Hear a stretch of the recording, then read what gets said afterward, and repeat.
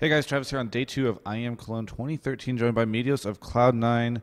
Meteos, unfortunate loss for you guys against Gambit. I kind of just want to go into those games and sort of find out what happened from your perspective to bring the loss. So in game 1, what went down? Okay. Both games, sort of the overall theme was we ended up with really awkward team comps that only worked if we were ahead. And both games we got behind early game, pretty much primarily due to them having Annie. And that kind of sucked. They played it pretty well, and we just weren't able to come back. The first game specifically, they invaded me at blue, and I wasn't even able to get a buff. And I was super, super behind diamond the entire game. And it was actually really preventable. I think everyone on the team played bad, and especially me. It was probably one of my worst tournament games I've had to date. I think part of it is just we haven't really played in probably 4 days since we flew out. There's a new patch too, so we weren't able to practice what we'd be practicing for this game. So there were a lot of things. What happened was we saw Annie on a ward coming top, so we knew they were going to force a 2v1 against us. And I was originally going to start red buff, but I thought to myself, I was like, oh, okay, well, I have to start the side with my soul laner so that I can get my buff and I don't get invaded later. So I went over there, and everything was going good until they invaded, which was no time at all. So it started off not going well. And they invaded.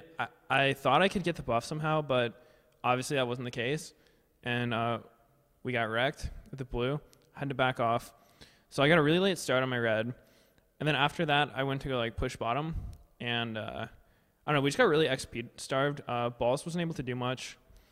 And Vi got super ahead. He got his blue, then my blue, then farm mid, then did his red. So he was level 6 when I was level 3. So I don't know. After that, it just went really downhill. The whole game we were just behind, trying to get back into it. Try to do some fights, but like I said, our comps don't work well when we're behind because we don't have a lot of lockdown. Right. So that happened, and it just happens. Our champion pools probably aren't as good as they could be. Should probably practice more champions. What sort of sucked leading up to this is the past week or two, we were practicing a lot of Olaf, playing Olaf jungle, and then 2 days before we fly out, they told us Olaf was disabled because they found out about that axe ward glitch, which is the most random glitch to disable a champion for, but that kind of sucks. So I was stuck basically playing Nocturne or one of the banned champions, so kind of outside the comfort zone there, and that definitely played a part of it. In game 2, I know that game 1 you said you attributed a lot of it to just early aggression and the plays made against you. In game 2, what happened there? Game 2, it was sort of the same thing, actually. We got behind early game. Not as badly because it was almost an even trade. We went to invade their blue, which was different from what we did last time because I saw it was the 2v1, so I was like, okay, I'll just invade my bottom lane. But we saw Annie walking towards it from a ward, and I was like, wow, I wonder if he's actually coming. But we didn't expect him to flash stun all 4 of us during the fight, so that caught us off guard pretty bad. And then it still ended up as, I think, a 2-for-2 trade. But what really went wrong is that the mid wave pushed out towards Alex Ich, so when he got back, he was level 3 and I was still level 1. And in range versus melee, that's already a bad matchup, so that went pretty bad for him. Wasn't a lot he could do. And then bottom was Rumble versus Lucian, and Rumble couldn't farm at all. So Lucian got the advantage without having his support there. So that got us off to a really bad lead. And we were able to come back. We were doing pretty well, but we had just a lot of bad calls, which I think part of it was just the fact that, like I said before, we were coming in cold, hadn't played in a few days.